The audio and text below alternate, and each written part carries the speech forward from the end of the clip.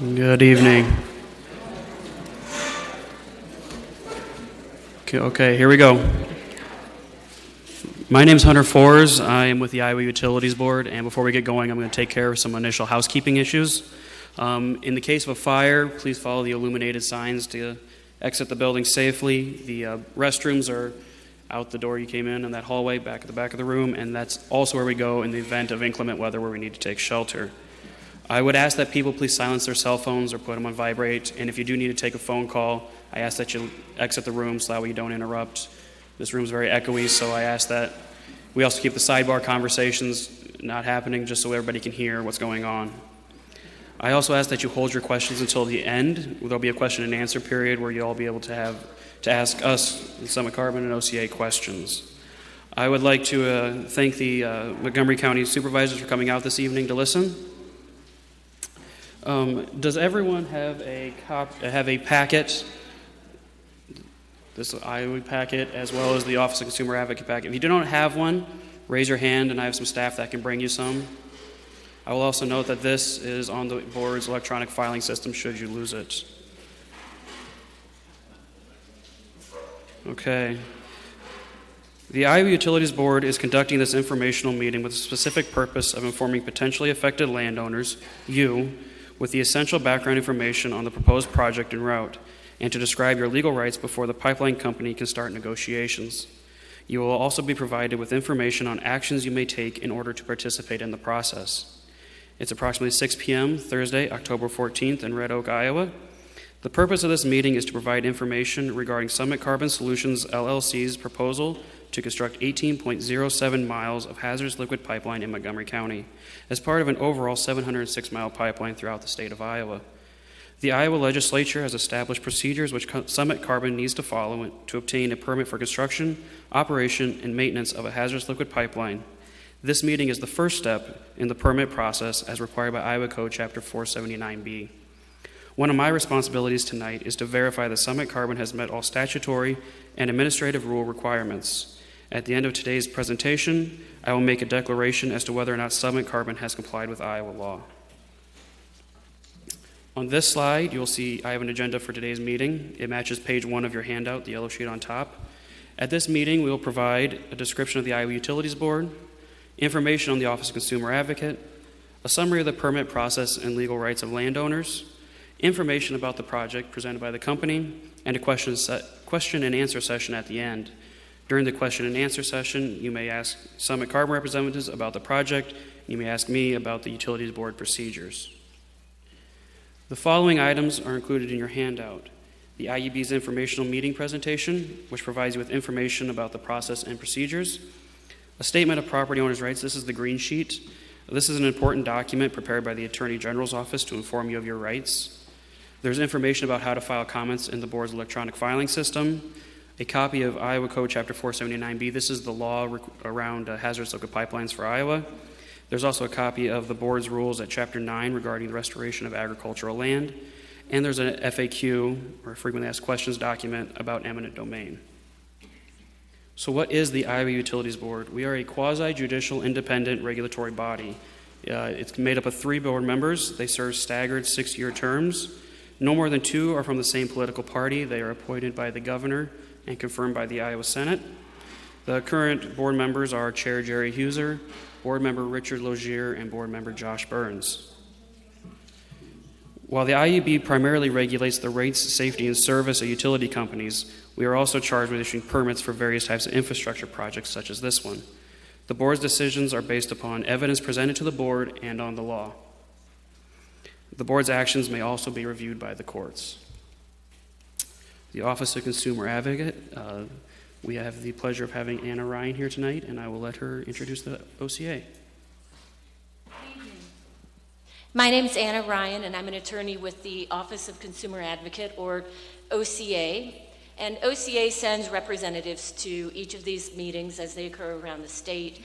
And I just wanted to let you know that I requested to come to the meetings today, and I always request to be assigned to the meetings in this part of the state because my family home is Adams County. And so I still consider this part of my neighborhood since you're just right next door. And I like to get down here and hear what people have to say and keep in touch with the community. And Usually manage to get in a little family visit along the way. Today I got to go to Brooks, and this is probably one of the few places where I can mention Brooks and have some hope that somebody in the room knows where on earth that is. Back to the Office of Consumer Advocate, we are a division of the Attorney General's office. So we are separate from and independent of the Iowa Utilities Board. What we do is we appear as a party in all of the cases in front of the Utilities Board, including the pipeline and transmission cases. And as a party in these cases, we receive copies of everything that's filed in the case, including all the comments and objections. So the comments and objections that have been filed so far and that people continue to file in this docket, I read them all as they come in to get to see what people are saying. And we listen to you all at all of these meetings, and you help give us some ideas.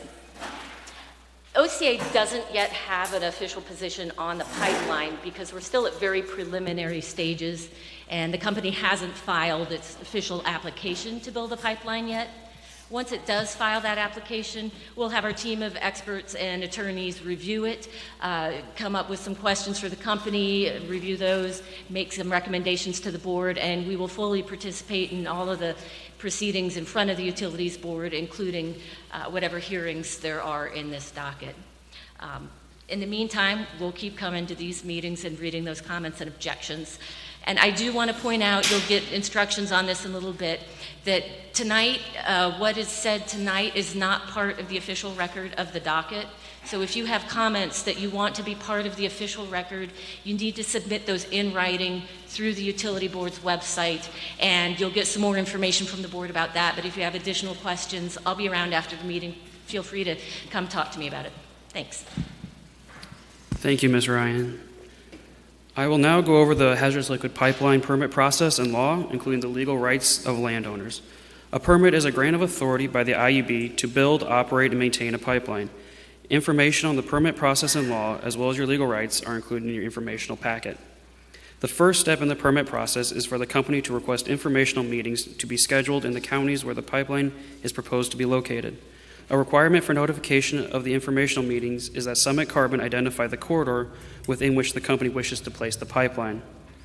Notice is provided to all property owners within the corridor. Therefore, in many cases, a landowner may receive notice to attend today's informational meeting because their property is within the corridor but not part of the proposed route. An informational meeting is scheduled for 31 counties.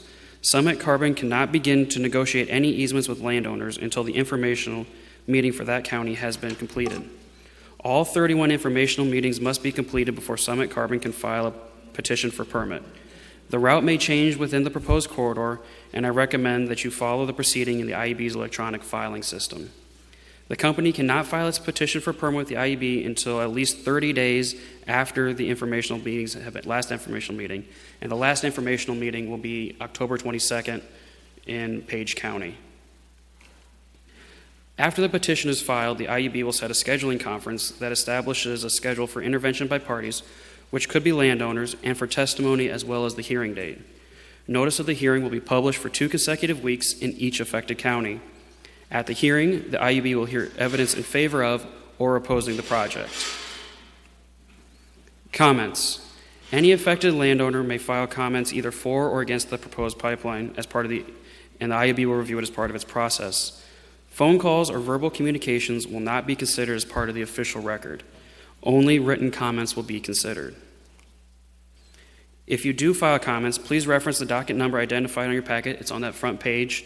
It is HLP-2021-0001, as this helps us know what project you're referring to. Comments may be filed at any time in the docket.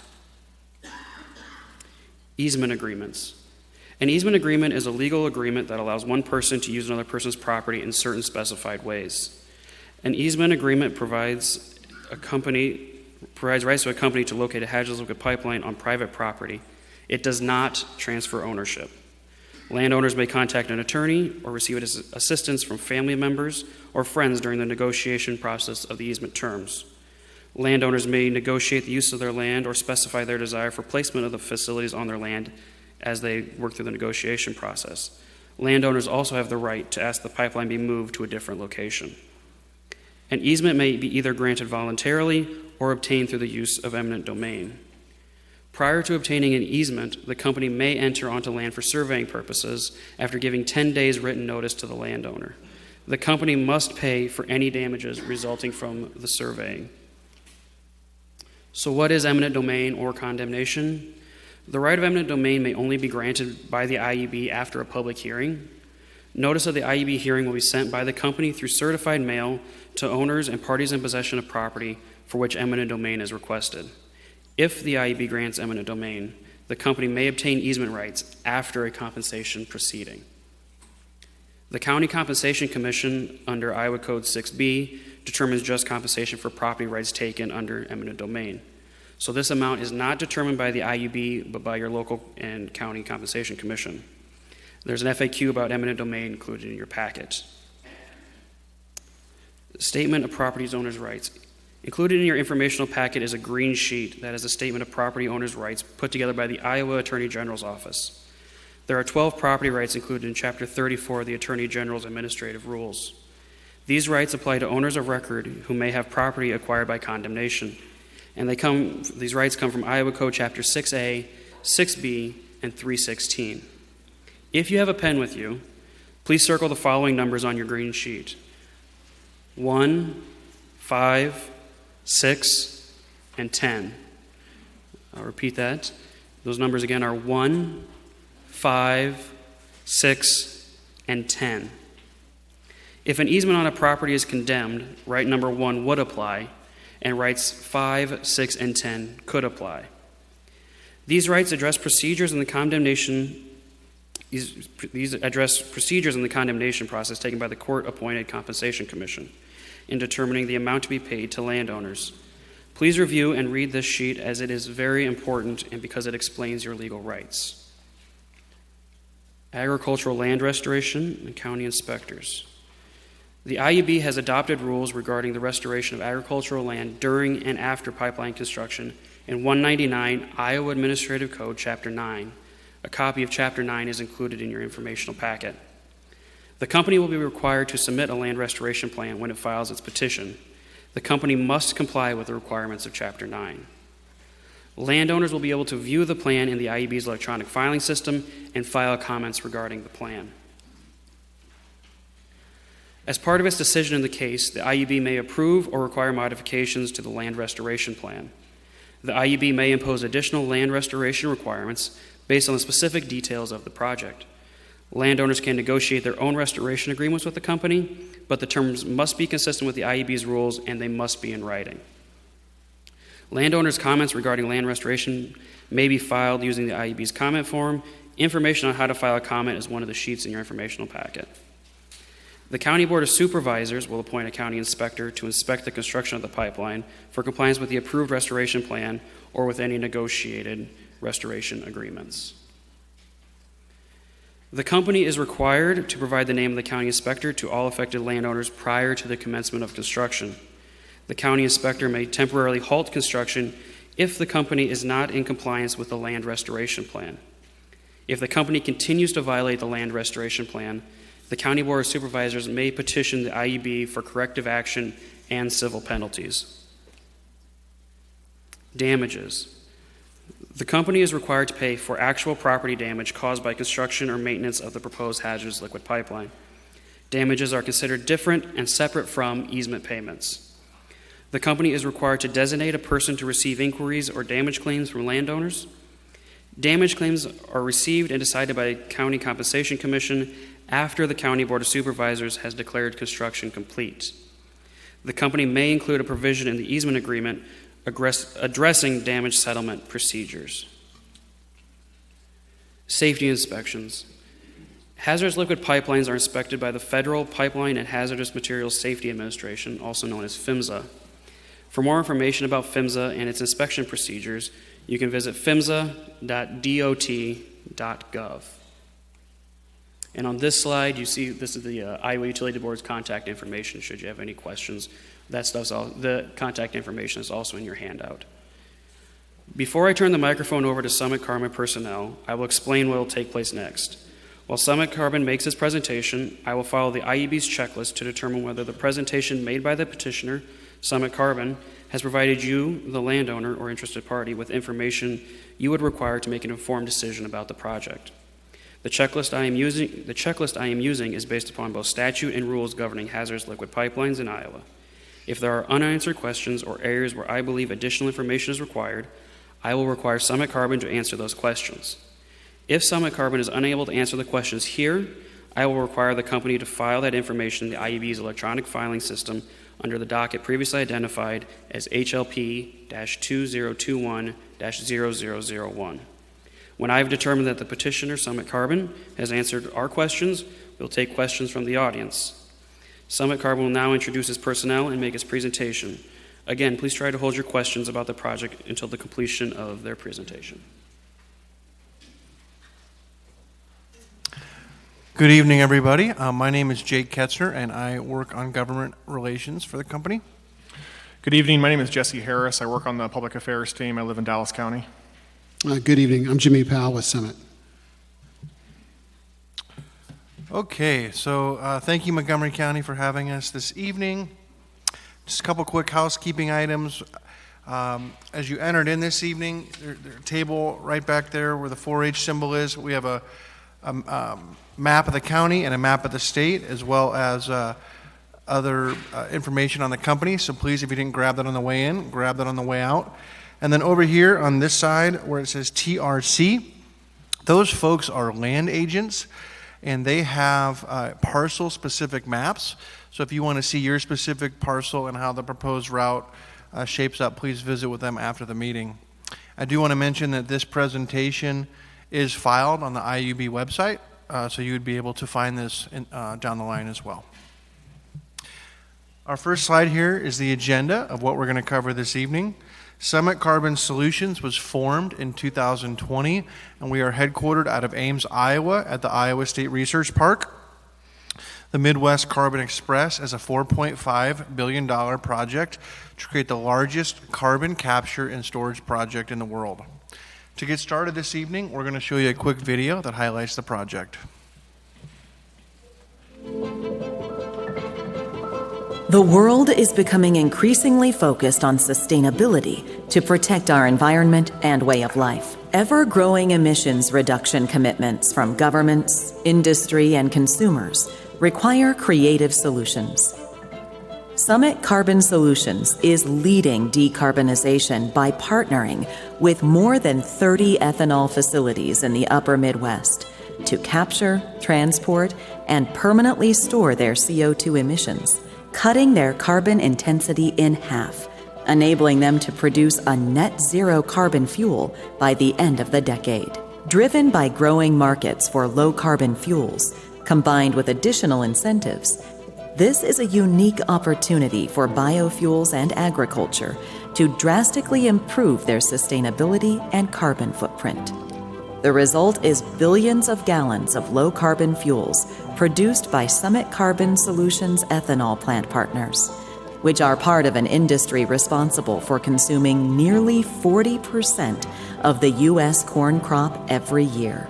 Backed by Summit Agricultural Group, a firm with decades of experience in agriculture, renewable fuels, and project development, Summit Carbon Solutions is a truly revolutionary platform capable of capturing, transporting, and storing 12 million metric tons of CO2 per year, which will make it the largest carbon capture and storage project in the world. That's the equivalent of removing emissions from 2.6 million cars each year, or the same amount of carbon stored by 14.7 million acres of forest. Summit Carbon Solutions will construct an infrastructure network connecting industrial facilities to areas suitable for carbon storage. This infrastructure is critical to achieving growing emissions reduction targets. Experts predict that the carbon capture and storage capacity will have to grow by 100 times current levels by 2050 to reach critical emissions goals.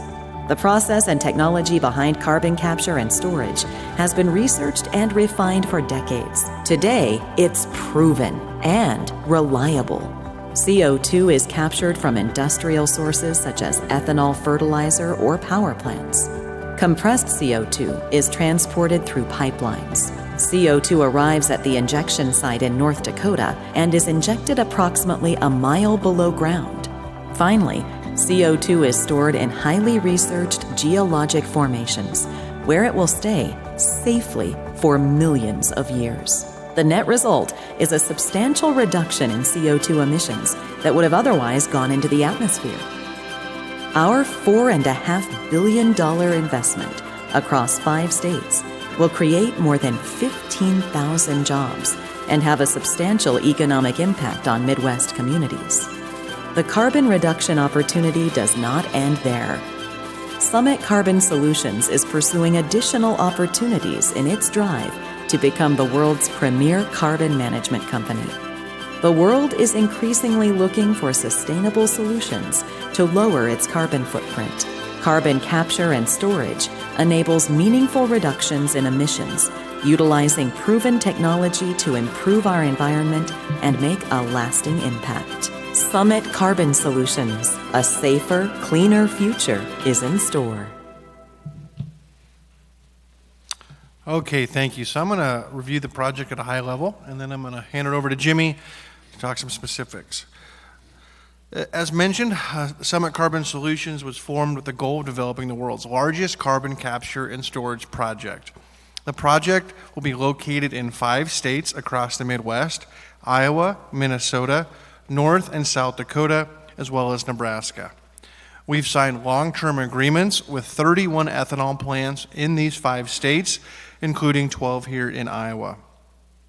We will capture the carbon dioxide emissions at these facilities, compress it, and transfer it to North Dakota through a pipeline where it will be permanently and safely stored deep underground. The project currently calls for about 2,000 miles of pipeline across that 5-state network. And assuming we clear the regulatory requirements at the federal, state, and local levels, our hope is to begin construction in 2023 and have the project operational in 2024. Enhancing the long-term profitability of ethanol and agriculture is a major driver of this project. Summit Carbon Solutions enables ethanol to be produced more sustainably, allowing it to better compete in a growing low-carbon world. By enhancing the ethanol industry and ensuring an end market for corn growers, this project will benefit every Midwestern landowner. As many of you in this room know, 53% of Iowa's corn crop goes to ethanol plants, and over 44,000 jobs in Iowa are tied to ethanol. The long-term viability of the ethanol industry is critical for agriculture, rural America, and Iowa, and this project helps achieve this. Slide 6 shows our project location and our partner facilities.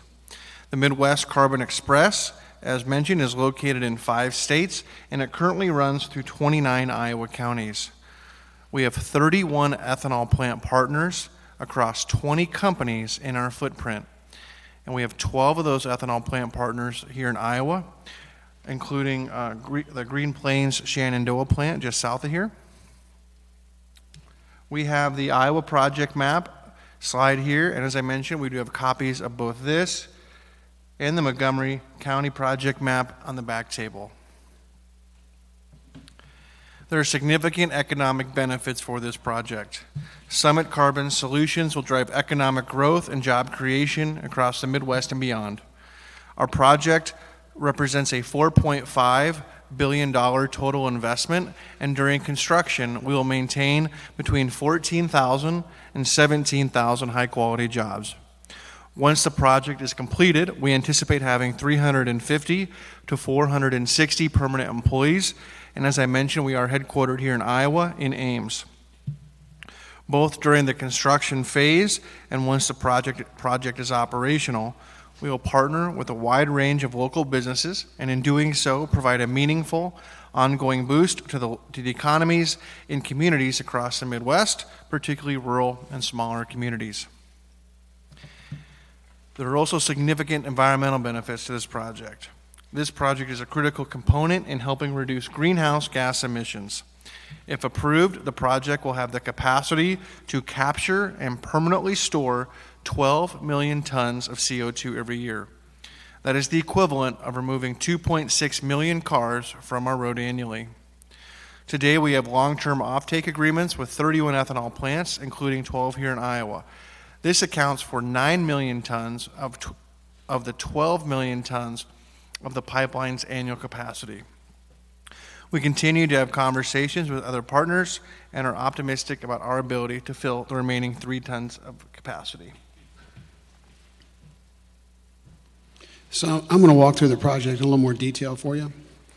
So the 3 primary scope elements of the project. So as Jake mentioned, we're partnering with 31 ethanol plants at each one, 12 in Iowa. At each one of those locations, we'll pull the CO2 off the fermentation process at atmospheric pressure. We'll run it through a series of compressors. We'll elevate the pressure, and then we'll dehydrate it, pull any impurities out. So this is 95+% pure ethanol, or CO2, with the only impurities being oxygen and nitrogen. So once we dehydrate it with whatever water may be in it, then we'll inject it in the pipeline in it's a dense phase, a supercritical state, or a near liquid state. Then we'll inject it in the pipeline network, and as Jake mentioned, it traverses 5 states. It's about 2,000 miles in total length, and the diameter ranges from 4-inch to 24-inch. So in this part of Iowa, it'll be a smaller diameter pipe, and as we exit through the northwest corner of Iowa, it gets larger, and as it gets into South Dakota, North Dakota, it moves to 20 and 24, ultimately in North Dakota. So in North Dakota, the area that we're going to sequester and store the CO2 is in the Bismarck area, south and west of Bismarck. And like Iowa and the other states, we have to lease property beneath which we'll store it. So we're leasing about 200,000 acres, and we call that pore space. And we'll have multiple injection sites throughout that 200,000 acres. And each one of those injection sites has to be permitted by the state of North Dakota. And so subsurface, the geology is such in North Dakota that it's good to accommodate storage and sequestration. So there's approximately 2.5 billion tons of capacity for storage of CO2. And so you can imagine, as we're moving or propose to move 12 million tons a year, so there's decades and decades of life, even if there are other projects like ours that choose to sequester CO2 in North Dakota. Subsurface in North Dakota, it's primarily sandstone, which is porous, has pockets and cavities. And so as the CO2 is injected, it fills those cavities, and over time it mineralizes or becomes a solid. And as I mentioned, we'll have multiple injection sites, so over time we'll move from one site to the other. North Dakota is also a low seismic state, so there's very little seismic activity in the Bakken area and the other part of the state where they've had a lot of oil and gas production. Over time, you've heard little information about any earthquakes or anything like that all that oil and gas production ongoing. And at one time in the last couple of years, pre-pandemic, they moved about 1.2 or removed about 1.2 million barrels of oil and gas a day. So the injection in near the Bismarck area should not create any type of seismic activity. And in fact, we have to do a seismic survey that's underway now. So we'll do a seismic survey over the full 200,000 acres, and then we'll have to do that every 3 years just to confirm that the injection activity is not adding to any activity in the state of North Dakota. So safety is obviously very important to you as a landowner. It's important to us too. As the board mentioned, we're governed by PHMSA. PHMSA is the federal agency and their Office of Pipeline Safety that regulates all pipeline utilities. So that's natural gas, refined products, crude oil, etc. We fall under 195, which is their liquid standard, and that's a very rigorous standard. So we have to comply with all design, construction, and operating requirements. Some of those where we'll exceed or go above and beyond, they require that we x-ray 10% of the girth weld. So as we string the pipe out and weld it together, we're required to only x-ray 1 in 10. We'll x-ray every one. Another area is depth of cover. So we'll install this pipeline to 48 inches top of pipe. We'll talk about drain tile and some other areas later where we could install it deeper across any individual's property if that was the requirement. But the requirement from PHMSA is 36 inches. We'll install it deeper. And another one that's important, should be important to landowners, it's obviously important to us, is leak detection. So PHMSA requires a line balance leak detection. What that means is if we're bringing in 12 million tons from those 31 locations and we're injecting 12 million tons down hole below surface in North Dakota, the line's balanced. So we'll go above and beyond that and put in a computational transient system. All that means is simply that we'll have instrumentation at each of those ethanol plants. We'll have instrumentation along the architecture of the pipeline system, and we'll have instrumentation at the surface and downhole in North Dakota. That'll measure temperature, pressure, flow rate, etc. And we'll have a control center in Ames, Iowa. That's manned 24 hours a day, 365 days a year, and they monitor the operating conditions of the pipeline. And if at any time the operating conditions approach any what we call the boundaries of safety, then they have the right up to and including shutting in the pipeline. Also regarding emergency response, so we'll partner with local first responders in Montgomery County and the other counties that we traverse with the pipeline.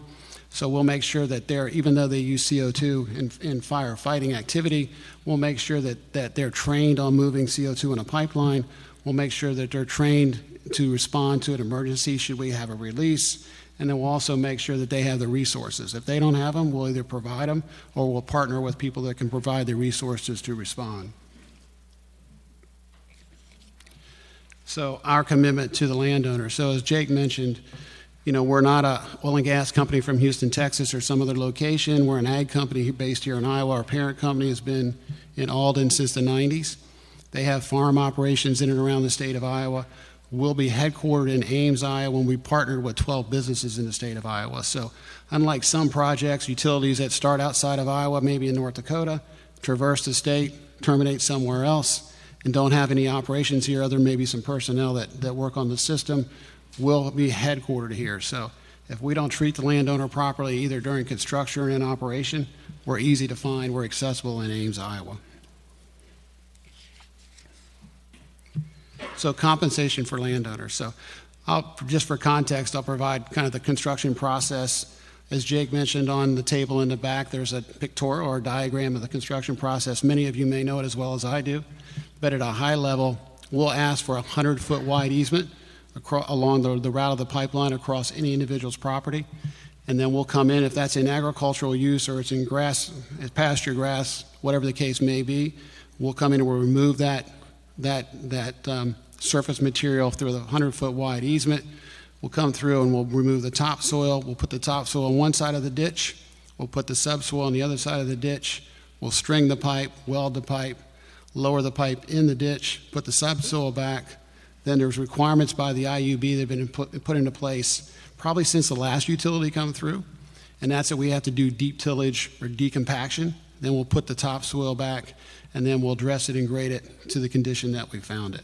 Another, I'll say, improvement that the IUB has put into place is that he mentioned a county inspector that the county supervisors hire to represent the landowner. They don't work for us. They work for the county supervisors and the landowners.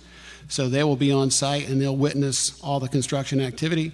They also will have our AMA or our soil reclamation process or our plan, and then they are there to ensure that we adhere to it. We're also required to hire a soils engineer or soil scientist. They have to come through. They're doing a desktop study now, but they'll have to come through the property where we're able to secure an easement, and every 500 foot they actually do a field sample. So they'll take a sample of the topsoil so they can confirm the quality and the depth. And so the county inspector will have that information, as we will. So we're planning for construction, and they're there to ensure that we put back what we removed. And if we don't have enough to put back, we have to go get it and bring it in so we can make sure that we put the same amount of material back that we removed. That 100-foot wide easement, 50 foot will be permanent and 50 foot will be temporary. So what that means is at any time in the future, we'll have access to that permanent easement. So if we have to come in for maintenance or emergency response, we still have to notify you as the landowner, but we can come and access the easement. The temporary easement, we cannot. When construction's over, that reverts back to the landowner, and the landowner, if it's in agricultural use, can replant 100% of that right-of-way. So even the 50-foot right-of-way, the permanent easement, that can be replanted as well. If we have to come in and do maintenance later, and that's in crops, then we'll have to pay for the damage. We'll have to replace it, repair it as we found it. So the compensation, as soon as we finish these last 2 meetings tomorrow, we'll work with our ag parent company. We'll establish what we think are fair market values in each county. We'll also reference sources like the Iowa Land Sales Report.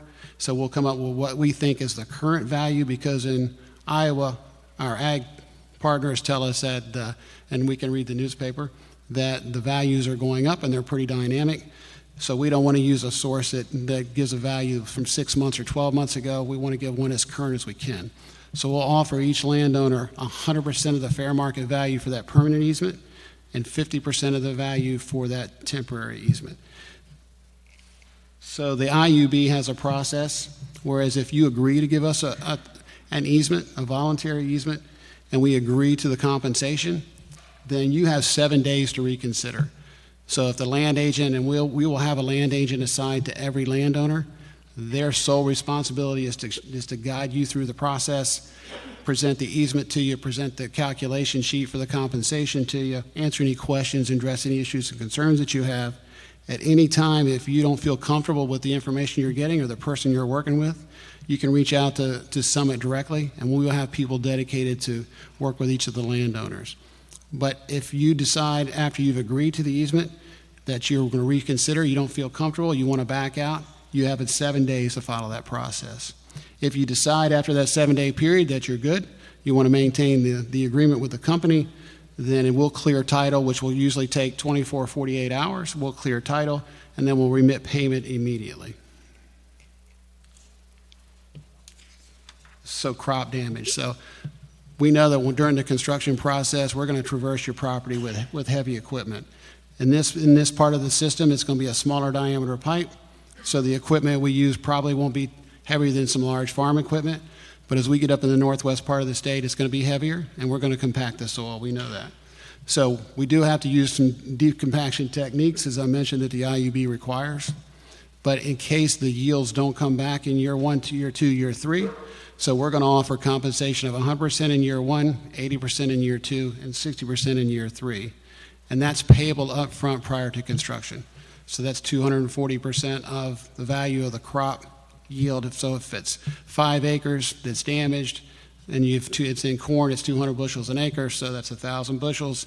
And then if it's $7 a bushel, let's say it goes back up, $7,000 times 240%. So that's payable prior to the beginning of construction. How will we determine the commodity price? I mean, that's readily available on a daily basis. And you as a landowner, you may know as well, you will know better than me. Our ag partners maintain that on a daily basis as well, but you tell us what the average of your highest 3-year yield is, and that's what we'll use as a basis. So drain tile, this one's important to me in all 5 states because it makes construction difficult. It's important to you guys because it's what really drives your crop yields, so that's my understanding. So we're going to partner with a big Midwestern company called Ellingson, and we want them to do a lot of the tile work. However, if you have a tile contractor that you're comfortable with that works on your property, that's fine. Just tell us who that is, and we'll work with that individual as well. We'd still like to use Ellingson to document it and map it if you'll allow us, because we'd like to map the tile on your property so that if we ever have to come back for maintenance or repair, we know where that is, and hopefully we can minimize the damage. If we have a permit to construct from the IUB, and you're agreeable, we'd also like to come in before the construction spread accesses your property. So if we can come in and modify the tile, if we can put headers in the length of that right-of-way, anything that will minimize the disruption and the damage during construction, we'll do that. That's on us. Any damages are on us as well. If you're not agreeable to that, or we don't have time, by the time we receive hopefully a permit from the IUB, then we'll have Ellingson or the contractor of your choice falling right behind the construction crew to do any temporary repair. If the temporary is not a permanent repair, they'll come back later and do a permanent repair as soon as practical. If at any time in year 5, 6, 7, 8 that there's problems with that tile and it's due to the construction activity, we fix it. We're liable. So we'll fix the tile. We'll also repair any damage or pay for any crop damage that's disturbed while we're in there. The other thing is that the quality is important to us. And so we're partnering with contractors. We have U.S. Pipeline representative in the back of the room. They're construction experts. They're not the cheapest contractor that you can find to install pipeline in this part of the country, but they've done a lot of work in Iowa, and they're experts at what they do. So if you have any questions about construction and the detail and how they're going to approach it, please talk to them. We also have some folks from organized labor here who we'll use in this state, and they're qualified at every task that they perform. And as PHMSA requires, whether you're a welder, you're a equipment operator, you're a laborer, whatever your craft is on this pipeline, you have to be qualified, and that has to be certified. So you have to be tested. So we just can't bring anybody off the street and put them on the construction crew because they have to be qualified, certified, and it has to be documented. And finally, the timeline. So Jake mentioned that we'd like to begin construction in early 23 and be in operation in early 24. And so constructing 2,000 miles of pipeline in about 14 months is a pretty challenging task, but we want to compress that window so we can minimize the disruption to the landowners in all 5 states. And to do that, we have to receive permits by the end of next year. So a lot of you have received a request for survey, and we apologize for being a pest if you've received more than one call. The reason we wanted to do that is we have to perform both biological surveys, land surveys, and cultural surveys before we can finalize our permits. So the biological surveys confirm whether or not you have wetlands, endangered species, these kinds of things across your property. And the cultural surveys confirm whether you have artifacts, whether that's Native American artifacts, dinosaur artifacts, anything of that nature. And if those are present, then we may have to route around those. We can't lay through those areas. And so we have to identify those first. The land survey just confirms the center line of where the pipeline would be in the boundary survey, and that would support any easement that we may enter into with the landowner. So there's no obligation to survey. So we have a very tight window, as you know, because of the time of year. You don't want us in until, you may not want us in at all, but if you let us survey, it'll be after you harvest. And then so we have to get it done before it gets too cold and snows on the ground. So that's why we're pushing the survey. But if you let us survey, there's no obligation to you. That doesn't mean you have to give us a voluntary easement. We hope you do, but it doesn't mean you have to. And if we create any damage while we're on your property surveying, we have to repair that. It's going to be a couple folks with instruments or maybe a side-by-side, so no heavy equipment. But again, we would need to access the property for the survey. So finally, we hope to be in operation in early 2024. So I'll turn it back to the board. Thank you. I don't have any questions. You've satisfied all the things I need to check off. So we will now take questions from you. As a representative of the Iowa Utilities Board, I will take questions about the permit process and the Utility Board proceedings. Summit Carbon and OCA are also available to take questions. I would ask that when you come up to the microphone, please state your name and where you're from. And I just want to reiterate that anything said here tonight will not be part of the record. So if you want it put into the record, you'll need to put it in writing and submit it to the IUB's electronic filing system. So the microphone is ready.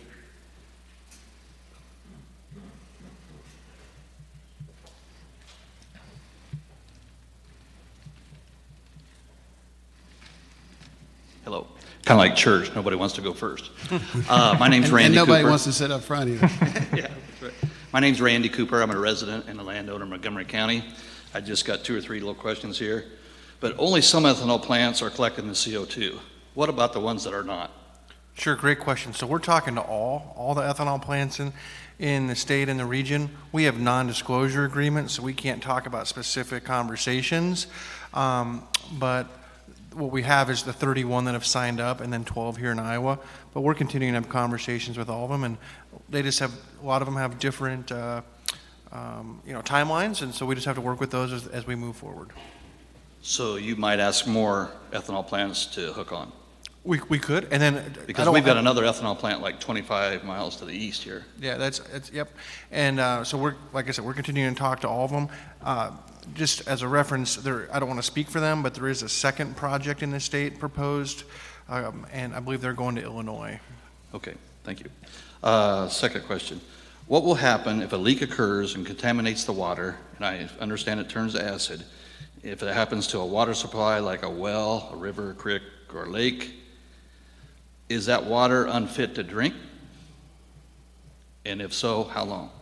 So great question. So one, we hope to always keep the CO2 in the pipeline.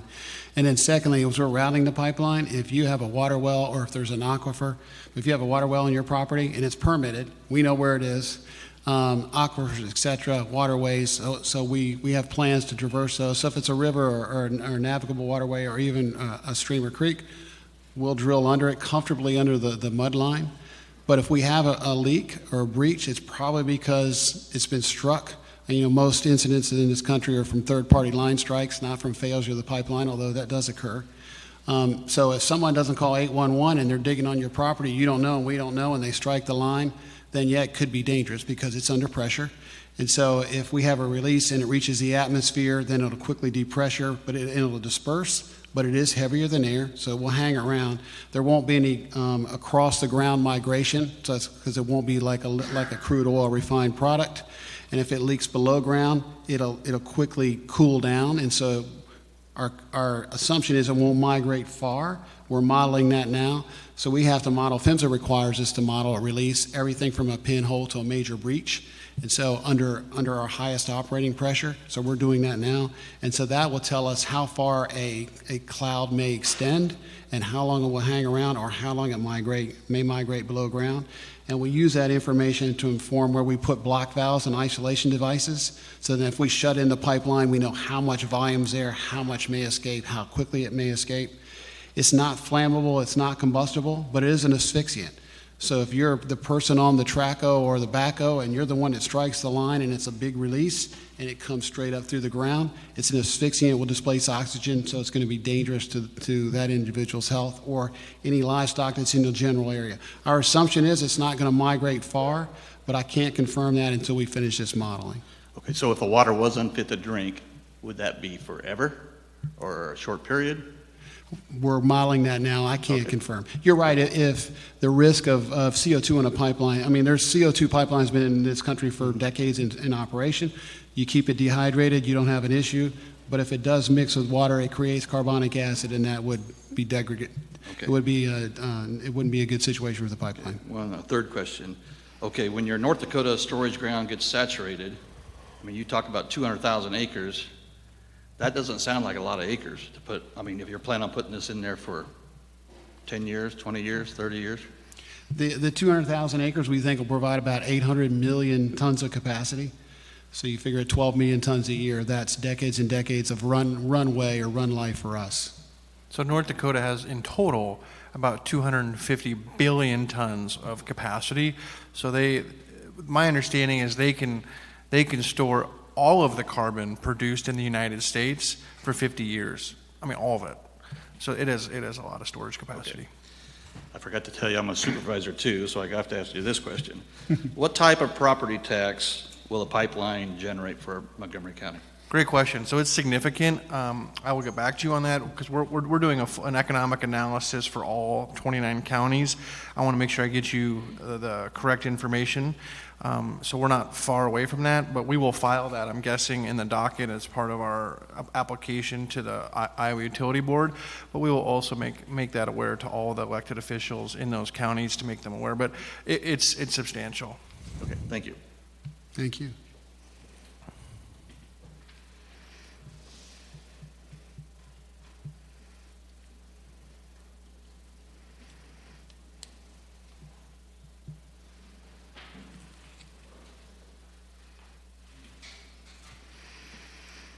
Krista Huntsman from the southwest corner of the county. A couple more technical questions. I know we've kind of touched on a few of them, but could you talk a little bit more about what pressure the line will run at? I know it's a kind of a different scale as we go through the state. What kind of corrosive protection will be used on the pipes, and talk about the pumping stations? Oh, great question. So it will be at high pressure. When it discharges from the ethanol plants, it'll be about 2,100 pounds.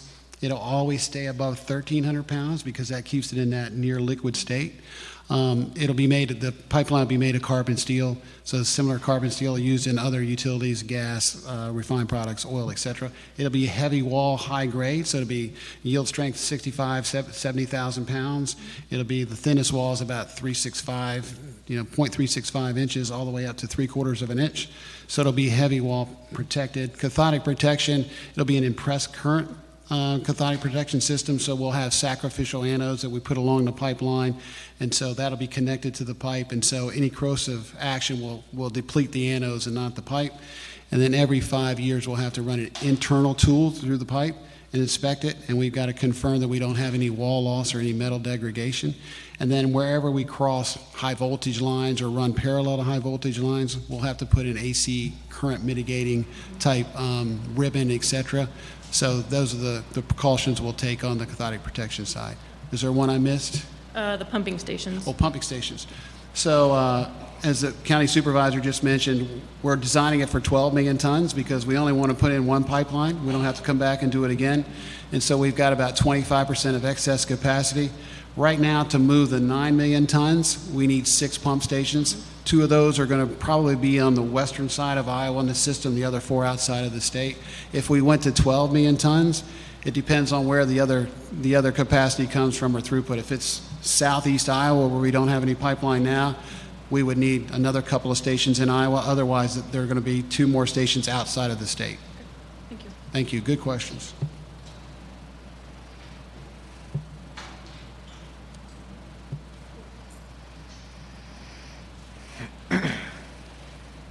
Thank you for having this meeting. I am very concerned in a number of ways. One big one is that the automobile industry is switching over to electricity as rapidly as they can. And it's showing up all over the country right now. There's going to be less of a need for ethanol and less of a need of any pretense of expansion, and which is very expensive and is foolish, in my opinion. I think ethanol is basically a dead horse. That's the way I see it. And I really, truly believe that. In all honesty. That's okay. That's as blunt as I can put it. Thanks for your question. So I'd say a couple of things. One, Jake did allude to this in his presentation. One of the opportunities with this project really is to bolster the ethanol industry. So currently there's a number of states, California, Oregon, Washington, and there's a few other states that are considering it as well, have adopted low carbon fuel standards. So as ethanol plants reduce their carbon intensity score, they're able to sell their product at a premium in these low carbon fuel standard markets. So that represents a significant economic opportunity for ethanol in the years to come. So our project would reduce the carbon intensity score of the ethanol produced at our participating facilities by about 30 points right away and put it on track to be a net zero fuel source by 2030. So again, as we reduce our carbon intensity score, we're able to sell our product at a premium. And so that opens up a lot of opportunities for ethanol. And the additional opportunity on top of that is that currently Iowa corn growers sell about 53% of their corn to ethanol. So maintaining a strong ethanol industry, we think also is strong support for Iowa's corn growers. I think we appreciate your question about electric vehicles. Today, I think the number of electric vehicles on the road in the United States is about 2% of all vehicles. I think we also understand that number is growing. We still think that there is, in looking at the landscape ahead, a market for the internal combustion engine. Part of that is driven by consumer demand. We still believe that consumers are going to want to choose traditional vehicles. We don't see that going away. There's also infrastructure investments that we need to be made to support this. Even the most ambitious goals would say that talk about 2030 as the earliest you could talk about a significant transition, and even those I think are pretty aggressive. So we still think that there's going to be a market.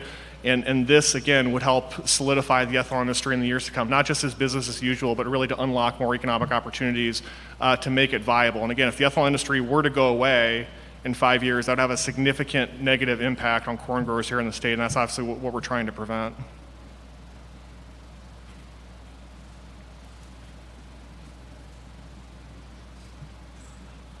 name's Steve Dolch. I represent the west part of the county. In your damages here, it says the first year you percent and cover 100% of the crop, and the second year 80 and 60%. Why not 100% all 3 years? Well, it's a good question. So we looked at, Iowa State University did a survey up post Dakota Access, and they didn't survey the full 340 miles or whatever Dakota Access Pipeline traversed Iowa, but they did representative areas and determined that the first year loss was 25% for corn, 35% for soybean. But again, that wasn't across all counties. We're relying on our ag counterparts to tell us what they think the impact will be. But again, it's a negotiation, sir. So if you're willing to consider us crossing your property, you say 3 years ain't going to work, here's what I want.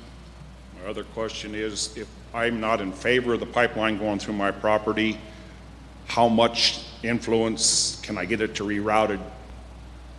Or am I in a position where it's going to have to be eminent domain? Great question. So I do want to clarify for everyone in the room, this is the first opportunity tonight to speak to landowners. So we follow the Iowa Utility Board process, and that part of that process is we're not able to call you, I couldn't call you 30 days ago and explain this to you and say, hey, we want to go through your yard, what do you, or your farm, what do you think? So we follow the IUB process. And so we're just in the beginning stages of this process. That's why we're asking for survey permission, and to say, hey, here's our initial route. You might come back to us and say, well, I don't have interest if you're here. Would you consider going over here? So we're just beginning that process tonight. That's why we want you to speak with the land agents, so we can say, you might have a much better suggestion on what route we follow on your property. Jimmy, do you want to add anything to that? Well, I just say that you're right, and the IUB is better suited to talk about this than I am, but if they were to grant us a permit at some point in the future, we may have the right of eminent domain, but that's a long way down the road, so we're trying to reach out to enough landowners to give us voluntary easement, even if we have to extend the route of the pipeline and it costs us more money. If we can get people that will work with us voluntarily, that's our preference, because we want a partnership, so we don't want to, if you didn't want us on your property, but we ended up crossing your property, we wouldn't treat you any differently, but you may not like us because you didn't want us there to begin with. So we really prefer not to have a relationship like that. So we're hoping for the best, and it's way down the road before we're even able to, the IUB will rule on whether or not they'll give us a permit. I've been involved in the eminent domain, and it leaves a sour taste in your mouth. You don't want no to doubt. do something and you're forced to do it. That's kind of against the rules and regulations of life in my book. Oh, and Understand. Jimmy's exactly right. The goal of the company is to seek as many voluntary easements as possible. And we have the notice corridor. That's the route in which we're allowed to move the pipeline within that variance. So we think this project has substantial benefits for agriculture, farmers, jobs, the environment. That's why we're out here, to let people know about that and then begin that process. But we're a long ways from that. Okay, your surveyor, if they're supposed to contact you, and I haven't had a contact, have one but never got back to me to know and didn't grant that. What can they go ahead and survey without my permission? So They could. There is a provision from the IUB that if we file, we can force you to let us survey. I think the regulation is 10 days, but you'd have to have time for you to receive that information in writing. We don't want to do that, so that's why we're reaching out and asking people for survey permission. And so to those folks over there, raise your hand, TRC. Those folks would be the ones that you would visit with after the meeting. And again, if you don't want us on your property for anything, I understand, but there's no obligation. If you let us survey and then you say, I still don't want you on our property, we may have wasted our time for surveying, but we want to do that because, as the IUB probably mentioned, our route's not final until we've talked to every landowner and determined who will let us traverse their property and who won't, if we've got to move the pipeline because of some of the survey results I mentioned about. So we're a long way away from confirming our route, so the survey is just one step in that process. Okay, Summit Farms or Summit Carbon is Bruce Rassetter, correct? He's the CEO of Summit Agriculture, correct? Was he involved? He's got to be involved. Yeah, they're our parent company. Okay, thank you much. Thank you. Hi, my name is Allison Adams. I'm a resident here in Red Oak. And I saw a little bit of your carbon footprinting on how much carbon you're expecting to sequester per year, and I was wondering what footprinting you had done on your side for the construction process. Yeah, great question. I'll let Jesse touch on this in a little bit as well. But when Jesse, a few minutes ago, when Jesse talked about the 30-point reduction in the carbon sequestration score, I believe it's, I had it written down, I think it's 54 to 24 when a plant joins our network. The construction process and the ongoing operations of our pipeline are in that score reduction. So they take that into account when they give us that score reduction.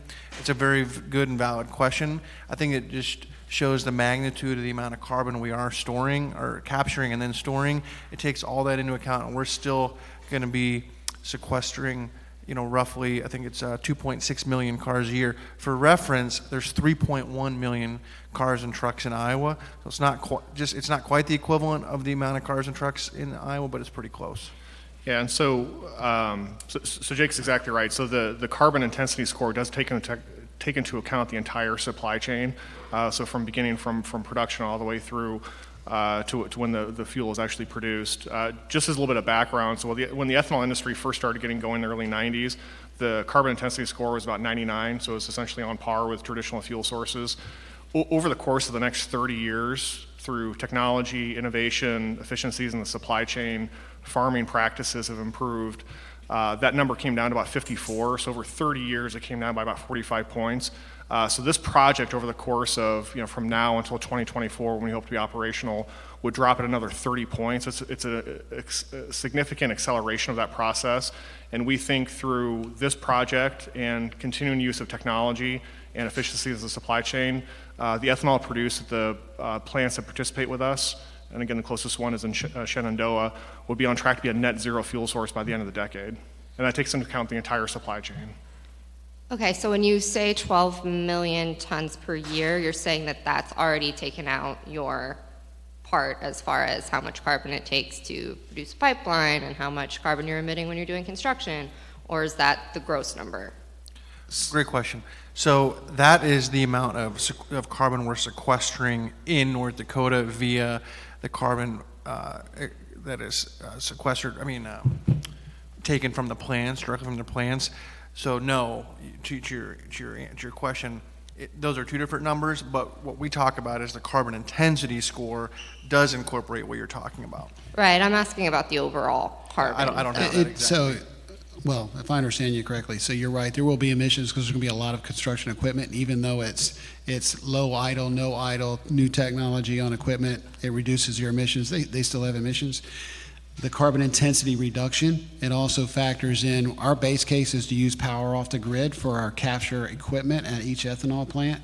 We're also looking at renewable sources of energy instead of using the grid, but worst case, it takes into consideration that usage as well, and that's where all that is rolled into that 30-point reduction. If we use, let's say we use solar or wind at an ethanol plant to power our equipment versus bringing it off the grid, that reduces that carbon intensity by another 5 or 6 points. So that would be even more advantage for the ethanol plants.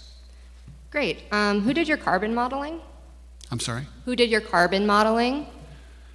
Did you do it in-house, or is it a third party? Well, CARB does it. So California, the low carbon fuel markets, they have a very exhaustive process in formula. And so you submit all of your information, the source plants, the ethanol plants, and we do as well. You submit all your information, they audit it, they do the calculation, they come back and tell you what your score is. We don't do it ourselves. Right, but you choose the information to submit? Yeah, but they verify it. Okay. My other question. They ask you what type of equipment, what model of equipment, what horsepower, what power company is it, Mid-America, is Alliant.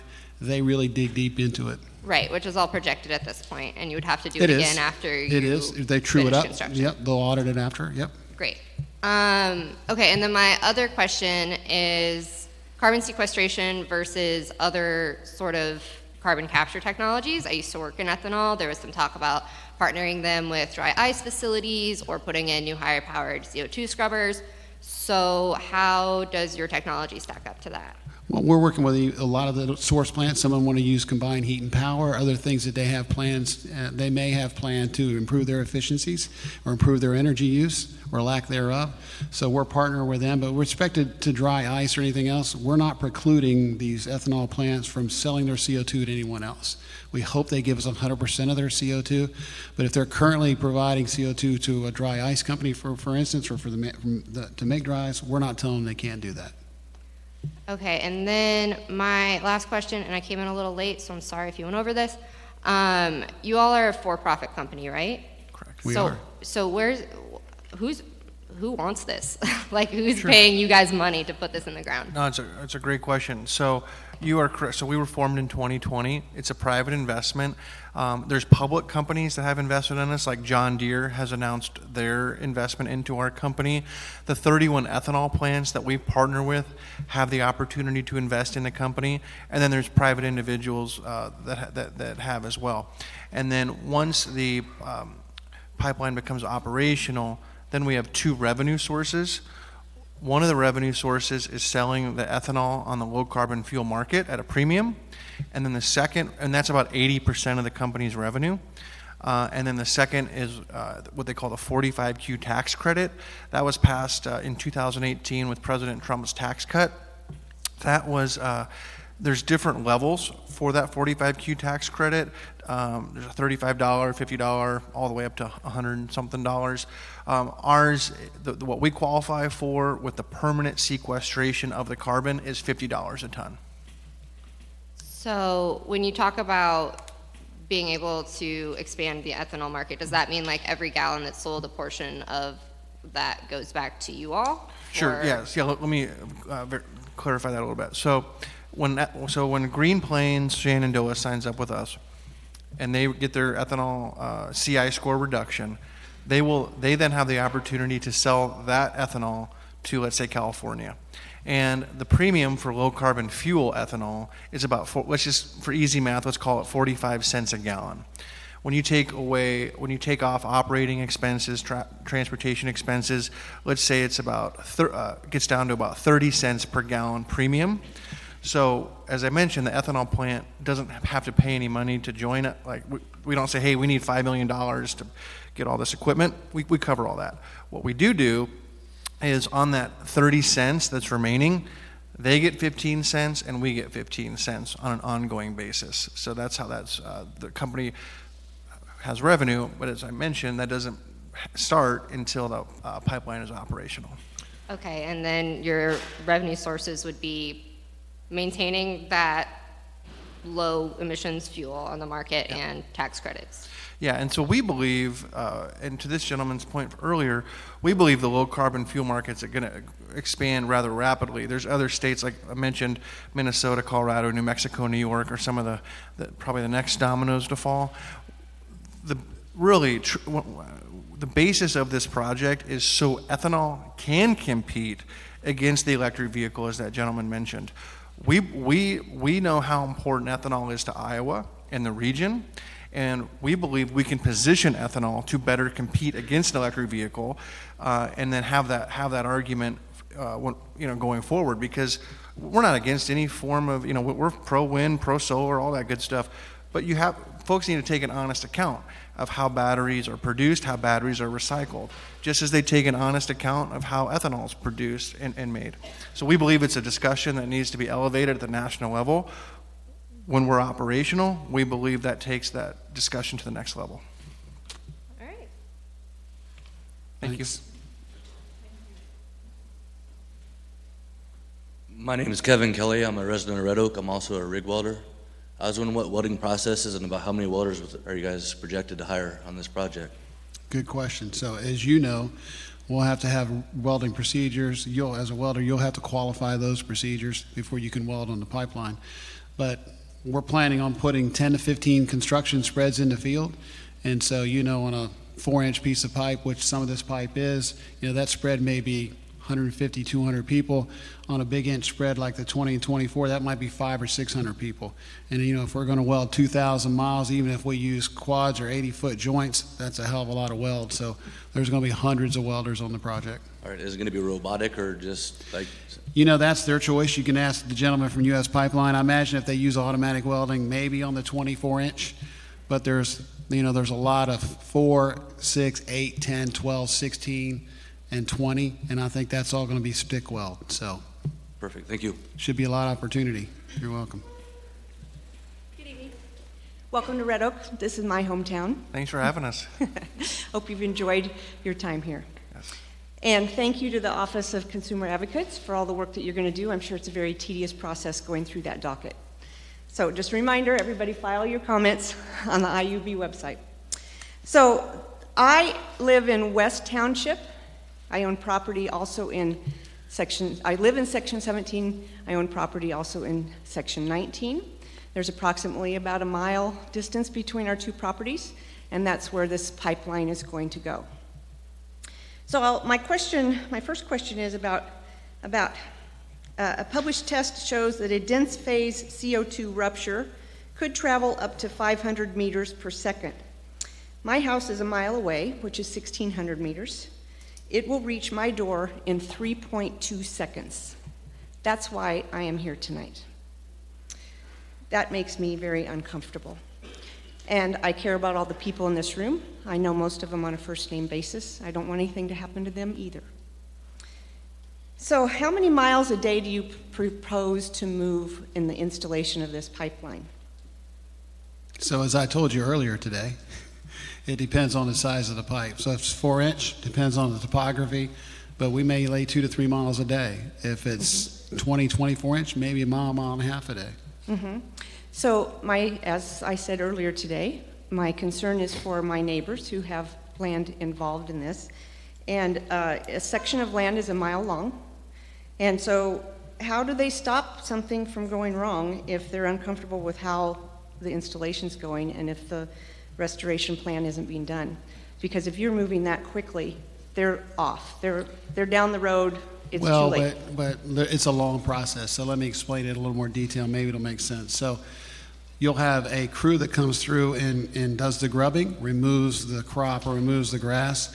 That crew's way ahead. Then you'll have another crew that comes through and they'll do the ditching, separating the topsoil and subsoil. They move on. So they may be spread over several miles, but it's a daisy chain. Then you'll have a crew that strings the pipe. Then they'll be welding the pipe. And then they'll come through and put it in the ditch, and that's when the backfill crew comes through.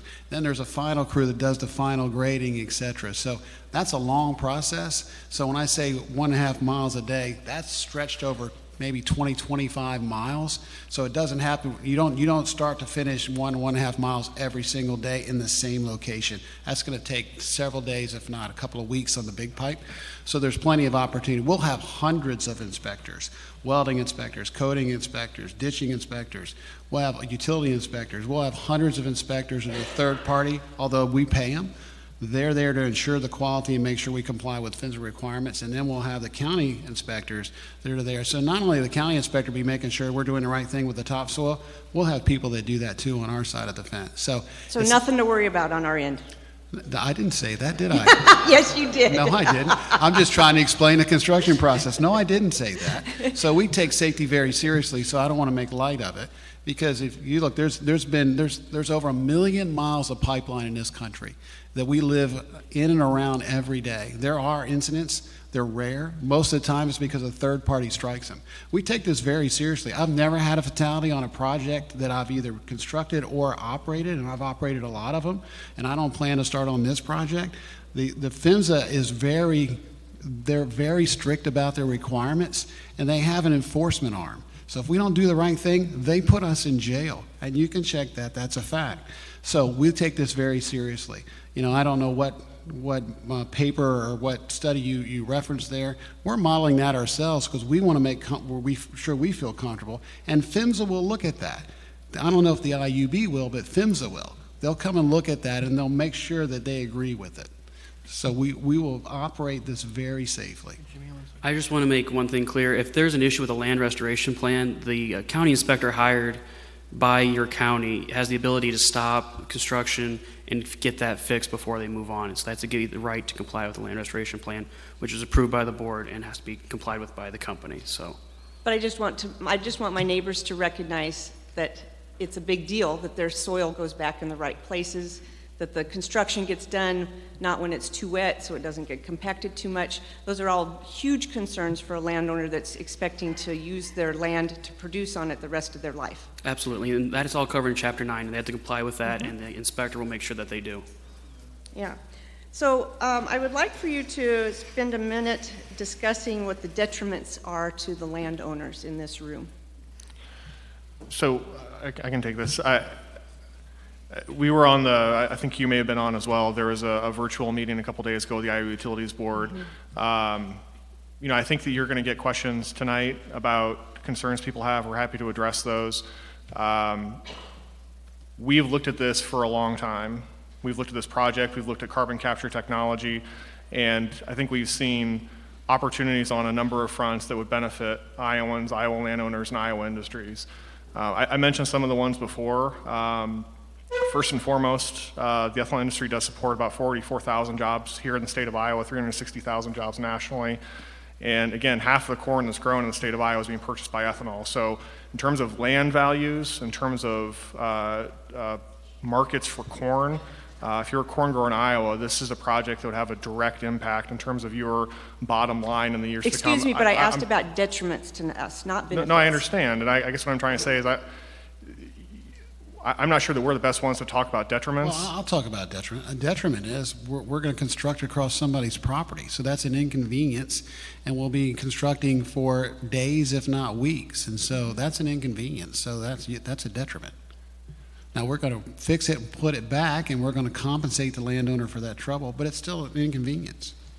So do we have more to worry about than just an inconvenience? Could there be other considerations that you took into account when deciding whether to move forward with this project? Well, we've taken a lot into account, and again, our parent company is an ag company, so we've got a unique perspective, unlike a lot of the oil and gas companies I've worked for before. I mean, we don't have that perspective, so we've tried to include them, but we're obviously open to conversation about that. The next thing I'd like to discuss is eminent domain. You said at an earlier meeting that you've sent out 10,200 landowner notices. What if 9,000 of those refused to sign an easement? Yeah, I think it was about 16,000. It was a lot. We sent out quite a lot of notices for folks to come to these meetings. As I mentioned earlier, this is our first opportunity to talk to landowners. We had the virtual meeting the other night. We had folks from, I think, Texas and Washington and California that are landowners here in Iowa, but they don't live here. And so that was our opportunity to talk to them and explain the process. No, but what if they do not want to sign a voluntary easement? So So when this is like the first pitch of a baseball game, we haven't even talked to one landowner in the state of Iowa about an easement term, about crop damage terms. If eminent domain ultimately has to be used, does that have to be filed 9,000 different times for those 9,000 separate Oh, yes. So landowners? I think you're assuming things. So we're just beginning this discussion. This is a long process. And so, as I mentioned earlier this evening, our goal is to seek voluntary easements with landowners. We've had a lot of positive discussions. We've had folks say, hey, show us your offer because it's of high interest to us post meeting. And so we're very excited about moving forward with this project. We have farmers from across the region that have reached out to us and said, hey, we've had folks say, can you move to our land? Because this is something that's important to them. They see the high value in what this does for the agriculture community in the future. Give me 10 more seconds. This takes 4 years basically to do, right? So let's say that, everyone just said, hey, let's just keep doing what we're doing. Ethanol's fine. Corn values are good. If we start this in 2025 and we weren't operational until 2030, it might be too late. To that gentleman's point earlier, if we don't find a way for ethanol to compete in the future, I've lived in Iowa for a long time. I'd be very concerned about the future of rural Iowa and the state as a whole. I would say I would defer to the IUB about the eminent domain process. That's their expertise, not ours. Go ahead. So all I will say is there isn't a maximum or minimum requirement for how much a percentage of voluntary or not eminent domain proceedings. So there is nothing in the rules about that. I'll just give a little more. A little more information about the procedure for that.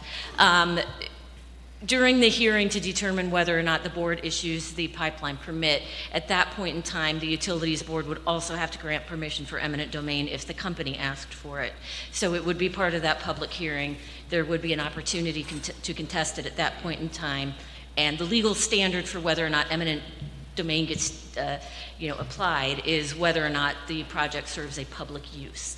And what exactly a public use is something the attorneys are going to spend a lot of time arguing about. Okay, thank you. So somebody asked earlier about revenue. And so 12 million tons times $50 a ton is like $600 million a year. And then you take, in tax credits, take that times 12 years. That's $7.2 billion in tax credits. And that's only 20% of your projected revenue? Is that what you're saying? Yeah, roughly. So basically, we get a one-time payment for a permanent easement that then we end up paying our tax dollars for the rest of my life. Yeah, so I think the big, so as I mentioned, we have substantial operating upfront costs to build this pipeline. We have to pay that back. We'll take out bank notes and all that. We have ongoing, Jimmy can better speak to it than I can, but we have substantial operating costs as we move forward. It's not like you just flip it on and it's good to go. We have 400 employees, that'll be roughly 400 employees, a lot of them in Iowa, a lot of them in Ames, but they'll also be spread throughout the routes. Jimmy, do you want to touch on that at all? Well, I'd just say we're a private company, but we're like any business, we're for profit. Is this a home run? No, but there is some significant cost, but yes, we hope to make a profit. And so I just want to end with a statement. I've been just doing a lot of research. I've gone to a lot of these meetings to learn as much as I can and hopefully be an advocate for my friends and neighbors. There's a lot of questionable things. There's a lot of questions in people's minds where we're not exactly sold on this, and we're not sold on all the promises that you've made tonight. And so, we're the ones that are going to give up the changes to our production, the limits to what we can do with our own property. Maybe people don't know in here you won't even be able to plant a tree back on top of there. And the final route might be too close to our structures. So I have serious concerns. And a 2-hour meeting is not enough time for us to make an informed decision before signing a permanent easement. So I urge all of us to not succumb to the landowner agent pressure to sign. Please just talk to your neighbors, do your research it carefully. Please unify if you're against this, and submit your comments to that IUB site. They tie this all up in a pretty little bow. That's their job. But think about how many times things haven't quite worked out the way we were promised. So just be careful. I will say that I will say this is an informational meeting, so at any point after we're able to talk to you, you reach out to us. We'd be happy to have a conversation. I mean, she's been to about 8 meetings, so she's had 16 hours. You've only had 2, or not even 2 yet, so we're happy to spend any time we need to. I think it's obvious that this is not a project that the landowners, including me, really look forward to. It's an extremely expensive project. So you must be expecting to make a pot full of money. Now, you've got lots of expenses. But why not sweeten the pot to the landowners and give them some annual return like you do with windmills? Great question. So the big difference between like a wind turbine is a wind turbine is a permanent structure above ground with a permanent road for access to that turbine on an ongoing basis. What we would do is we understand that we are a disruption to your farm, but our pipeline is 4 feet underground, minimum depth for there on out. So therefore you have access to replant all of that farmland on an ongoing basis there forward, whereas a wind turbine takes land out of production, and that is why they pay an ongoing payment. I'm not personally not aware of any pipelines that pay ongoing, but I could be wrong. It's a chance for you to get ahead of the game. That was a good comment.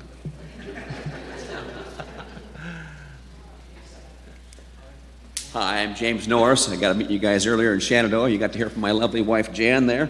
And we own land here in Montgomery and a little bit in Mills County. And she mentioned about where that's at again, so I won't go into that. You heard the story earlier, and I'll share it with the rest of the group here. A real quick story.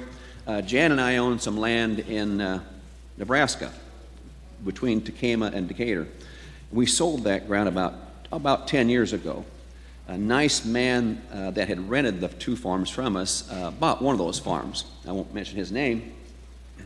But about 3 years ago, he was driving by the farm in his truck, and it certainly is not a CO2 pipeline, but is an anhydrous pipeline, and it killed him while he was traveling in his truck. He didn't even get to get out. Found him dead in his truck. You mentioned earlier about the pipelines being safe, and I'm sure, hopefully you guys do a better job than people like the Dakota Access Pipeline and some of those. And I appreciate the union people that are going to build it if you build it. I appreciate that. I'm sure they'll do a good job. But I do have a concern about that because you mentioned also CO2, is a fire retardant and it's non-combustible, and that's because it dissipates oxygen. And anybody in the room, a man asked a question earlier down in Shenandoah today, what if I hit that with my backhoe? And the concern to me would be certainly that, again, it dissipates oxygen. It's under extreme pressure in there, so it's going to come out, depending on how much you hit it, very fast. My wife mentioned how fast it travels. Anybody that's ever been through survival training, there's a thing called 2-2-2-2-2, but the first one on there is you have 2 minutes without oxygen. It's something that dissipates oxygen, puts you in a bad place survival-wise if you're not out of that situation in about 2 minutes. I don't think you're going to outrun it, and it's very dangerous, so I would consider that.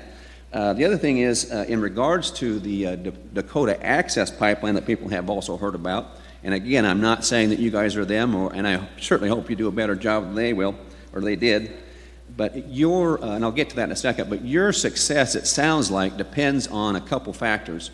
One is tax credits from the government, and 2 is government mandates, both of which are subject to change at any time.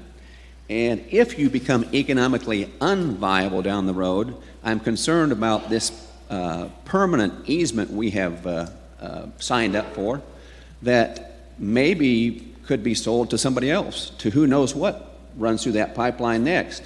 I think that's a concern. And we also have to remember, when you're asking for a permanent easement, that is a permanent, irrevocable easement. That's not for me and my wife only. That's for our kids, as kids, as kids, as kids to deal with and live with from maybe a one-time payment generations ago. And I think we need to consider that. So, and back to the Dakota Access Pipeline, if you call them with concerns, does everybody know what the answer you get? Beep, beep, beep. It's disconnected, their hotline for concerns with their pipeline. Again, I'm not saying that's the way you guys will be, but sometimes down the road things change and promises change. So I think that we all need to be concerned, ask more questions. I do appreciate you coming out. I certainly hope if this project goes, you do what you say you're going to do, and I appreciate that. Thank you very much. Thank you for the... Let me add that, and with Dakota Access, we're not defending Energy Transfer. They are headquartered in Houston, so I don't know if they have a hotline number, but you can find them. They're in Houston. We'll be in Ames, so if we don't answer the phone, you can drive 2 hours and you can find us in Ames. I guess the other differentiating factor is two. One is Dakota Access was a big pipeline. I can't remember if it was 30 or 36 inch.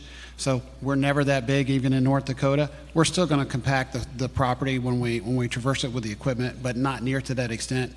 And I don't know if it was because of Dakota Access and Energy Transfer practices or just an evolution of the rules, but the IUB has instituted much more stringent rules around topsoil removal, segregation, replacement, testing, etc. since Dakota Access came through. So we'll be operating under a much more stringent requirement than Dakota Access or any other utility, prior to the change in rules.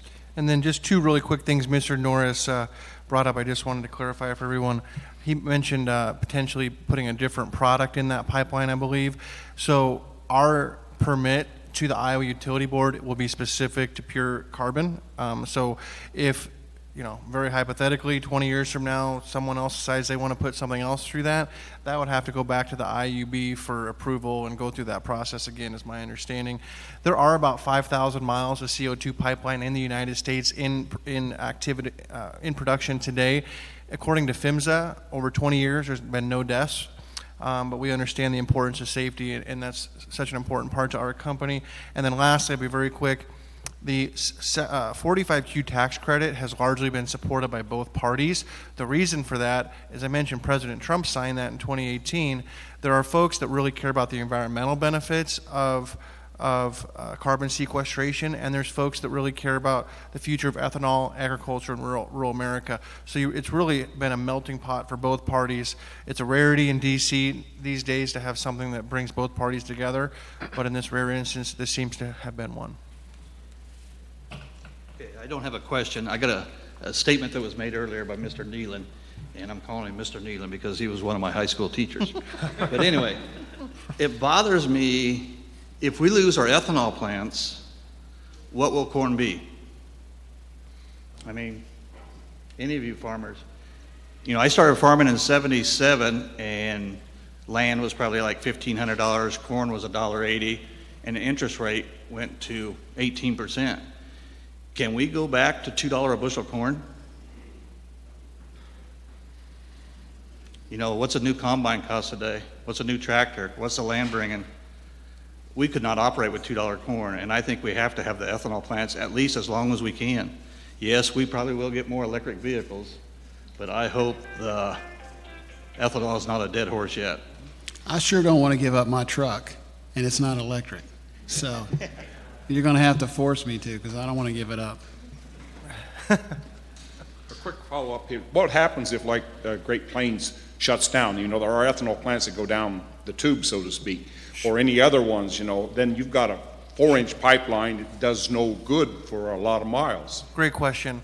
So, first of all, I wholeheartedly agree with your supervisor's comments, and it's something that is why I'm really supportive of this project. To your question, in your packet, and I'll let the IUB speak on it, there's specific Iowa law to when a pipeline is shut down that must be followed. And for instance, when we go submit our application to the IUB, part of if they grant it, they can put stipulations on that permit that says, hey, the company must be bonded at X amount. And then my understanding is the landowner would then have the decision if they would like that removed. Now, what some folks might say, though, let's say we're 20 years from now, right? Do you want your land disturbed for a second time? That's the question that the landowner would have to have at that time, my understanding, but I'll defer to the IUB. Yes, it's Iowa Code Section 479B32. It's on page 11 in your packet. It's numbered, so you can go ahead and read that. It explains if 5 years and all this jazz that happens, and that's what happens if a pipeline's abandoned, and then the easement will actually revert back to the landowner as well. So, what pumps the CO2 through the pipeline? So, you push it with air, or?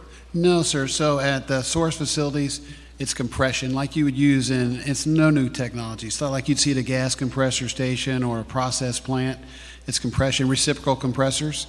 So they take it from atmospheric and elevate it to 2,100 pounds, and then it becomes liquid. So it starts as a gas, becomes more liquid-like, and then as it moves through the pipeline, then we use centrifugal pumps. So your standard centrifugal horizontal split case pumps that you use in refined products, crude oil, those kinds of things. So would it have to get bigger as your pipeline got bigger?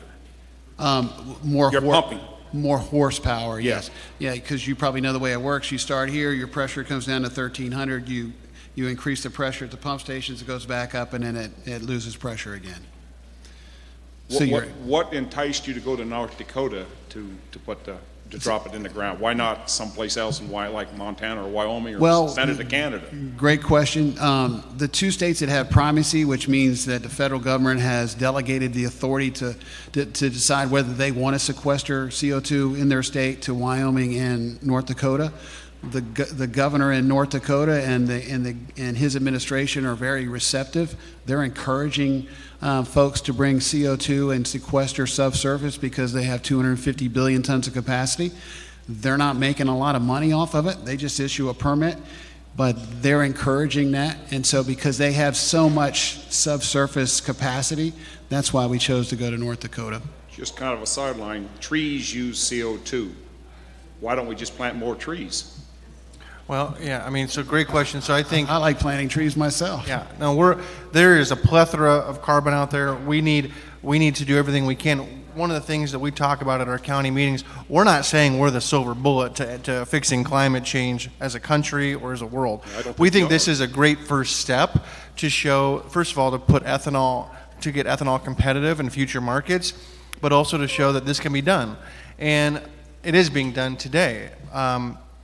But we know there's a lot more that the country and the world has to do to be a much better planet. But we have people out there that do not realize what agriculture does for everyone, and we got people that are complaining that we're using ethanol for fuels and not for food. And if we keep getting the food shortages, we're going to see more of this kind of a situation develop. Yeah, I agree. So what we've seen from none of us on this table are farmers, but we work with a lot of agriculture folks at our company, and we understand that yields are growing at about 2% a year, is my understanding, and so we want to continue to see that improvement in agriculture. We want to have you and everyone in this room that grows corn to have a very strong end market for the product you sell, and we feel that our project will help that, and we think it's a pretty good solution. And to your county supervisor's comment a few minutes ago, we believe this significantly extends the life of ethanol. I know that there are folks that are working day in and day out to find new uses for that product. I know they're looking at jet fuel as one that's coming down the pipe. So what we're trying to do is give ethanol a additional lifespan so that research and development can happen to find better uses for it as we move down. So go ahead.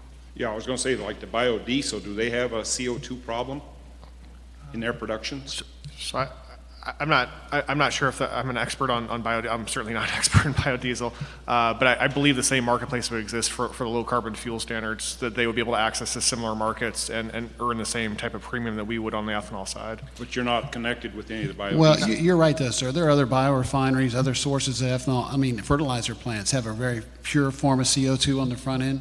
We're talking to fertilizer plants.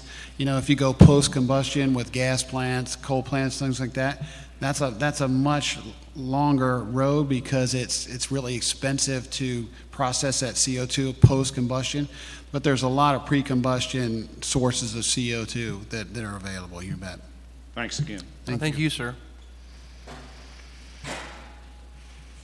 I'd like to make a couple of rebuttals to that gentleman that was talking about his neighbor hitting a line with a backhoe. I believe you're, by law, supposed to call 811 before you dig, to have the line locator come out. Then the supervisor that was talking about losing our ethanol plants, how much does an electric tractor cost, combine, how efficient is it going to be? It's just something to think about. I actually went to that point. I was going to buy a new mower, so I have a zero-turn mower that's gasoline. So I was going to buy a new one, and I was going to splurge and buy a Bobcat. It's a little more expensive. They had a gas model, and it was 4 times. It's $27,000 for an electric zero-turn. That's a little above my budget. So a combine is what, $700,000 for a brand new one? I don't know for sure, but so 4 times cost that, and there you go. So not that I wouldn't own an electric mower, I just can't afford one. Good evening. Thank you, IUB, for holding this hearing. Thank you, Summit, for proposing this project. My name is Ron Kaminsky. I'm with the Contractors Laborers Training Fund. We train workers in Iowa, Nebraska, and South Dakota. A lot of the wind turbines you see, solar plants, pipelines, bioethanol plants, so on and so forth. So these type of projects are extremely important when we're talking about jobs that start at $30, $35 an hour and work up. I did hear a little bit, I had to use the restroom, but you guys are planning on using Iowa workers to construct this pipeline, is that correct? Yeah, well, yes. One, because the contractors who want to employ that are the best contractors, They typically utilize, organized labor. And then secondly, we got to have the most qualified and most trained. So I'm not trying to give you a plug here, but you guys have very strong training programs. And so, it costs more, but that's okay because we want to do it right. I appreciate that. Thank you so much, guys. Have a great evening.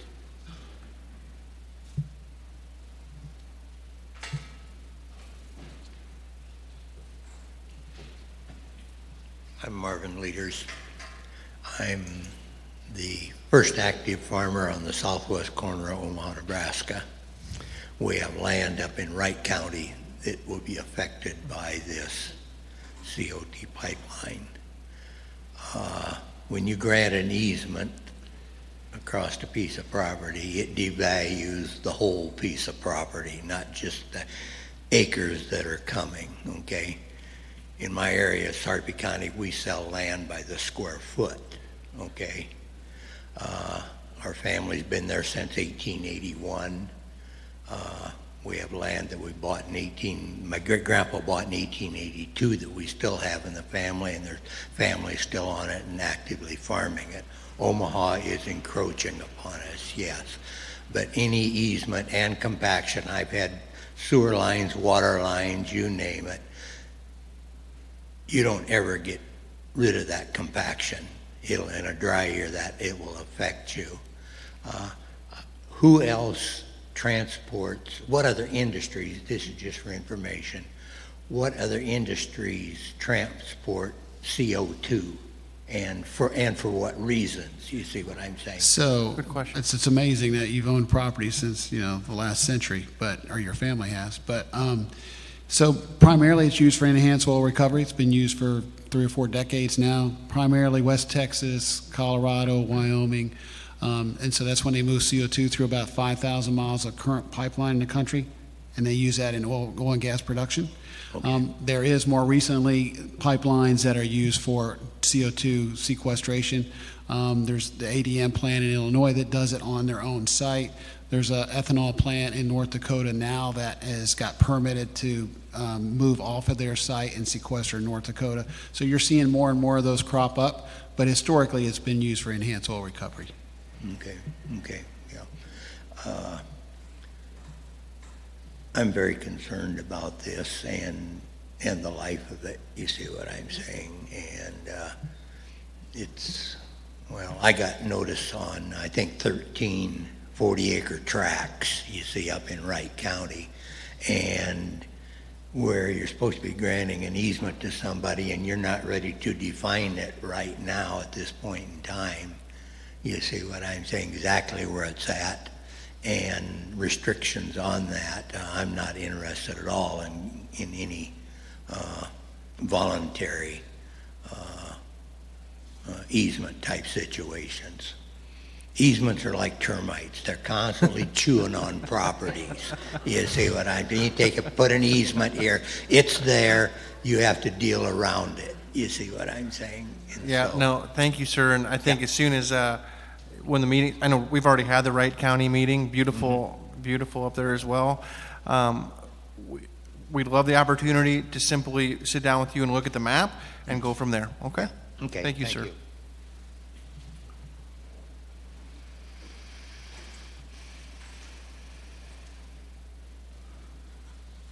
Hi, I'm Jeff Gigstad, Red Oak resident, and family has some ground close to this. But what other methods currently are being used to get rid of the CO2? What's happening with it now that you're proposing this as an alternative to? So currently, the emissions at the ethanol plants are currently going in the air. Treated or anything, or? Yeah, do you want? Well, so for every pound of corn that goes through the ethanol plant, about a third of it becomes ethanol, about a third becomes some type of feed, and then a third then is just mixed with the other contaminants, and it is emitted into the air. So the CO2 we're pulling off significantly reduces that third, of waste that's going out the smokestack. And I should clarify, I mean, they have permits for that. They're allowed to do that. What we're trying to do is improve that going forward. So the goal is just obviously revenue, but also decreasing the carbon. I wasn't sure how it was doing that or what was going on with it now. Yeah, the goal there is to have, the true goal is by the end of the decade to have our partner facilities produce net zero carbon fuel, or ethanol. Thanks. Thank you.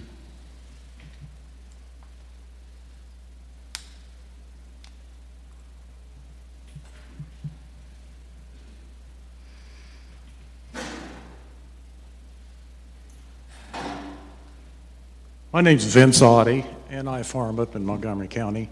I want to know why you think 4 feet's deep enough for that pipeline. You know how fast dirt will roll off a hill? And before you know it, it's only 3 feet deep. And I don't understand why you couldn't put it in. We got water lines that are deeper than 4 feet. Oh, we could put it deeper, sir. We just we picked 4 feet because, one, it exceeds the PHMSA requirements. But secondly, as I said earlier in the conversation, if you've got tile or some other obstruction on your property that's deeper, we can go lower. We chose 4 feet because we assumed in an agricultural use it would be well below, comfortably below any cultivation or tillage. So that's why we chose 4 feet. I mean, we could install it at 3 feet if someone let us. I mean, if the farmer let us come across the property, by regulation we could install at 3, but we chose 4. Because I've got a pipeline goes through my farm now, and they've had people out there putting dirt on top of it. So I'm running over top of humps. That's another reason, because I've been responsible for a lot of pipelines in this country, and I've been responsible for ones that were installed in the 50s, 60s, 70s, especially at water crossings where they're exposed, and you spend a lot of time either relocating them or making sure that you're protecting them with riprap and other things so they don't get damaged. And when they're near the surface or shallow, then yeah, you're traversing over them. It's a hazard for you, and it's a risk to the pipeline. So yes, it's another reason we told. You're right. I'm not sure about the erosion rate, but I assumed that it wasn't going to be such that 4 foot deep. It happens when you till ground. Okay. But again, we're open to a conversation about depth. I just wanted to bring that up. Yeah, thank you. Thank you.